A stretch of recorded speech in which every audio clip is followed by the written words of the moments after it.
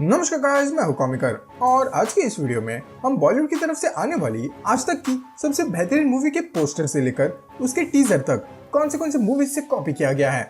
हाँ जी, हम बात करेंगे आदि पुरुष की। तो इससे पहले कि हम इसके टीजर के शॉट्स का कंपैरिजन देखें, क्यों ना इसके मूवी के पोस्टर की थोड़ी सी बात की जाए। तो आदि पुरुष मूवी के करंटली 2 पोस्टर रिलीज किए गए हैं। इनमें से एक पोस्टर में प्रभास का पोज एक इंडिपेंडेंट आर्टिस्ट वानर सेना स्टूडियोज के पोस्टर से कम्प्लीटली सिमिलर है, जिसमें उस क्रिएटर ने भगवान शिव का एक स्टील पोस्टर बनाया था। इवन उसमें प्रभास का बो एंड एरो पकड़ने का तरीका तक टोटली इस फैनमेड पोस्टर से मिलता जुलता है। अब ये कैसे पॉसिबल है ये तो नहीं पता, अनलेस एंड अनटिल उस ओरिजिनल क्रिएटर ने आदि पुरुष के पोस्टर डिजाइनर के सपने में आकर ये बता दिया हो। लेकिन ओरिजिनल पोस्टर मेकर ने इसे खुद इंस्टा पे शेयर करते हुए अपनी भावनाएं व्यक्त की, तो ये इंस्पिरेशन तो नहीं हो सकता एंड ना ही उन्हें इसका सपना पड़ा। खैर, ये तो पोस्टर की बात हुई।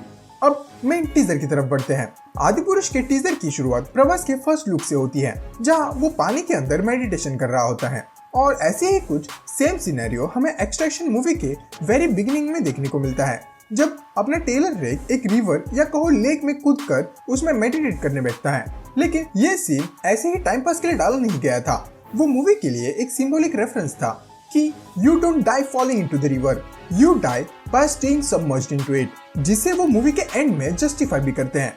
लेकिन आदि पुरुष के इस सीन का कुछ कहा नहीं जा सकता, इसका आगे कोई रेफरेंस हो भी सकता है या नहीं, जिससे मुझे वैसे तो कोई दिक्कत नहीं है अगर इस सीन का VFX सही होता, क्योंकि अगर आप भी एक्सट्रैक्शन के उस सीन को देखोगे ना, तो आपको उस सीन में पानी का प्रेशर और रियलिज्म साफ साफ दिखेगा। पर एक सारा बजट अगर प्रभास के ऐप में लगा दोगे तो वाटर ओवरले से ही काम चलाना पड़ेगा। नेक्स्ट, इस पूरे टीजर में सैफ अली खान स्टारर रावण के जितने भी शॉट्स है, उनमें से ज्यादातर सीन्स आपको कॉपीड लगेंगे, और लगी भी क्यों ना। सबसे पहले रावण का जो ड्रैगन पे बैठने वाला सीन है, उसमें रियलिटी से ऑब्वियसली कोई वास्ता नहीं है, क्योंकि रावण ड्रैगन पर नहीं तो पुष्पक विमान का यूज करता था। एंड ना जाने क्यों रावण के पुष्पक विमान को बदलकर इन्होंने बड़ा सा चमगादड़ बना दिया। अब गेम ऑफ थ्रोन्स के एक सीन में जब आर्मी ऑफ डेड का नाइट किंग एक ड्रैगन पे उड़कर आ रहा होता है, तो उसे साइड बाय साइड देखने पर ये दोनों शॉट्स तुमको सेम ही लगेंगे। अब अगर तुम इतनी पुरानी एपिक को बना ही रहे हो, तो जाहिर सी बात है उसमें ड्रैगन्स एंड मिस्टिकल क्रीचर्स तो होंगे ही, पर कम से कम जो ड्रैगन है उसको ड्रैगन तो जैसे दिखा देते हैं। ये ड्रैगन कम वैम्पायर बैट ज्यादा लग रहा है, अनलेस ये लोग यही बनाना चाहते हो। नेक्स्ट, जो इस टीजर में पूरी वानर सेना दिखाई गई है, वो पूरी तरह से एनिमेटेड है एंड ये तुमको बच्चा बच्चा देख कर बता देगा, इसमें कोई डेप्थ ही नहीं है। ऊपर से अगर आपने कभी गलती से भी कॉन्ग या फिर प्लैनेट ऑफ द एप्स जैसी मूवी देखी होगी, तो आपको पता होगा कि उन्होंने उन मूवीज को बनाने के लिए असली एक्टर्स को कास्ट किया था एंड उनके ऊपर VFX का वर्क किया था। एंड अगर यही सेम प्रोसेस ये लोग भी फॉलो करते तो शायद से चीजें थोड़ी बेटर हो सकती थी, मगर नहीं। इन्हें लगा कि कास्ट को भी पैसे दे, ऊपर से VFX को भी, उससे अच्छा हम VFX को पैसे देंगे।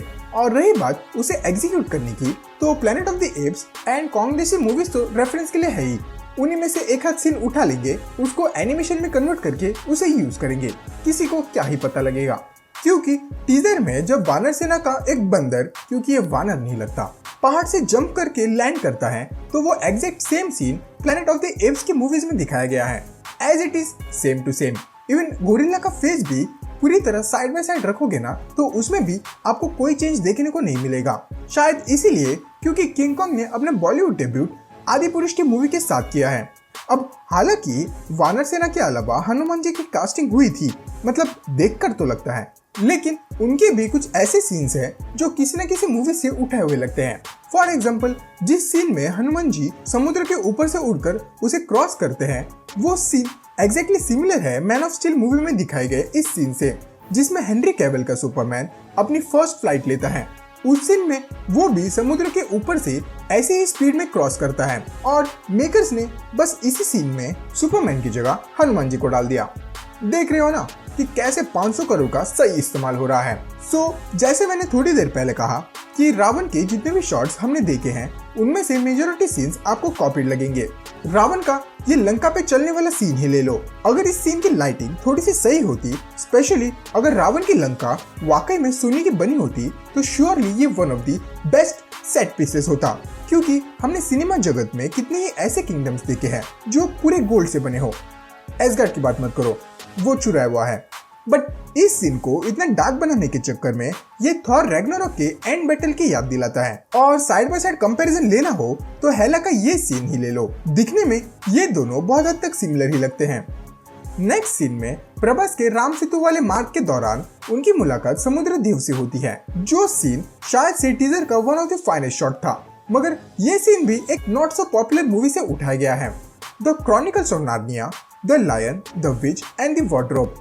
इस मूवी में भी रिवर गॉड्स भी कुछ इसी तरह से दिखते हैं, मगर इसमें मुझे उतनी कोई दिक्कत नहीं लगती। मैं इसे जस्ट सिमिलर दिख रहा है इसलिए पॉइंट आउट कर रहा हूँ। ये सिमिलर इसलिए है क्योंकि उस मूवी में भी वो समुद्र देव ही थे और यहाँ पर आदि पुरुष में भी ये समुद्र देवी है, तो जाहिर सी बात है उनका रिप्रेजेंटेशन कुछ हद तक मैच तो करेगा ही। इसके बाद टीजर के एक शॉट में हम बाली और हनुमान जी के बीच शोडाउन का एक छोटा सा हिस्सा देख सकते हैं, लेकिन दिक्कत शोडाउन वाले सीन में नहीं है, उससे पहले वाले सीन में है, जिसमें आई गेस बाली का कैरेक्टर सुपर हीरो लैंडिंग करता है। इस सीन के बैकग्राउंड को अगर आपने ध्यान से देखा होगा तो आपको श्योरली टेम्पल रन या द जंगल बुक की याद जरूर आई होगी। मैंने तो ये भी सुना है कि इस सीन को लोग टेम्पल रन का वर्चुअल गेम समझ रहे हैं। लाइक वाकई में टीजर का ये पार्ट टेम्पल रन के बैकग्राउंड से कुछ ज्यादा ही सिमिलर लगता है। अब अगर हम इन सारे सीन्स को छोड़ दे तो टीजर में बस एक ही ऐसा सीन बचता है जो कहीं से कॉपी नहीं लगता, बस सिमिलर है। मैं यहाँ बात कर रहा हूँ रावण की सेना की, जो गेम ऑफ थ्रोन्स के नाइट किंग और लॉर्ड ऑफ द रिंग्स के आर्मी से इंस्पायर्ड लगते हैं। एटलीस्ट ये उनके क्रिएटर्स का मानना है। रावण की ये जो पूरी सेना है वो लॉर्ड ऑफ द रिंग्स में दिखाई गई आर्मी से सिमिलर है, एंड शायद इसके लिए भी अगेन इन्होंने कोई भी कास्टिंग नहीं करी। ये पूरी की पूरी सेना एनिमेटेड है और क्रिएटिविटी के नाम पर इन्होंने आर्मी के हाथों की जगह पर स्वर्ड्स लगा दिए। यानी कि यहाँ पर भी क्रिएटर्स ने वानर सेना को जैसे प्लेनेट ऑफ द एप्स पे मॉडल कर दिया, वैसे ही रावण की सेना को भी लॉर्ड ऑफ द रिंग्स के क्रीचर्स से मॉडल कर दिया। लाइक हमें कभी पता ही नहीं चलेगा, हम तो बेवकूफ़ हैं। अब अगर आप मेरे जैसे ही बेवकूफ़ हो और ऐसे ही बेवकूफ़ी में कुछ सीन्स को स्पॉट किया हो जो किसी न किसी मूवी से इंस्पायर्ड या कॉपीड लगते हैं तो मुझे कमेंट में जरूर बता देना। अब अगर आपको ये वीडियो जरा भी अच्छी लगी हो तो इस वीडियो को लाइक और चैनल को सब्सक्राइब कर देना। तो बस आज के लिए इतना ही, मिलते हैं अगली वीडियो में। हमको आते ऑफर, हमने बात आगे बढ़ाई नहीं, हम्बल रखा मुझे मेरे पापा की पिटाई ने, लेकिन ज्यादा उंगली करी पूरा हाथ देंगे और घने दीदे पाड़े साड़े धुम्मा ठा देंगे।